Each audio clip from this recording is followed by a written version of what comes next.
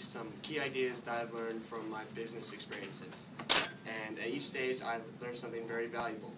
The first was my very first lemonade stand, and I know that at some point in your lives, most of you, if not all, have had a lemonade stand. And so I had my first lemonade stand when I was about 8 years old.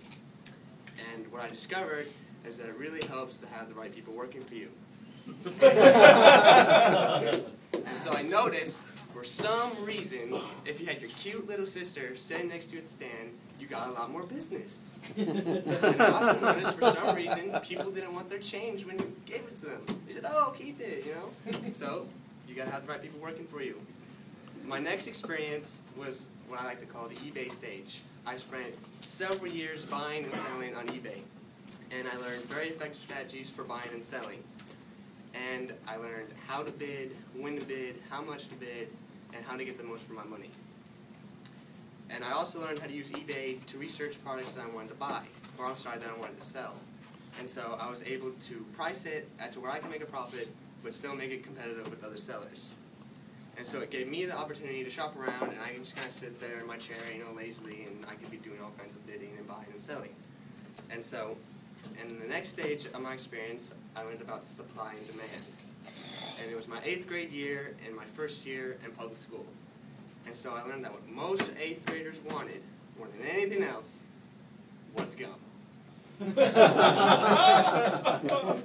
And so I started bringing little 5-packs of gum. You know what they look like, the little double mint or the juicy fruit, you know, just like 5 pieces in there. So I started bringing those to school. I'd sell them for $1 a pack. And I made quite a bit of money. And so it was during this time that I also learned that your business savvy can get you out of some sticky situations. And so one day, in between classes, I was confronted by 4 guys, and they blocked my way in the hallway to my next class. And I asked what I could do for them, and they just kind of looked at me like this. No answer. So I tried to walk past them thinking, okay, I'm not going to deal with this. And so when I tried to walk past them, they pushed me back. Now, I had been homeschooled up to this point, so I had not learned that I was supposed to be afraid of bullies. And also might have helped that I was a foot taller than all of them. But, however, I realized I needed a way to negotiate my way out of the situation without it breaking out into a WWF SmackDown. And so, suddenly, I remembered. Gum! So I whipped out a pack and said, hey, do you guys want some gum? And, well, of course they did. So then after that, we were all best buds. So I went on my way. And I gave it to them for my special price of free. And now, currently, I'm working at QBI. And during my time at Quality Benefits Incorporated, I have learned that questions are better than answers. And the reason that is because people don't want to be told what is right or best anymore. They want to come to the conclusions themselves. And so one good way to do that is to ask lots of good questions and to lead them to the right answer. And in order to do that, you also have to have good communication skills.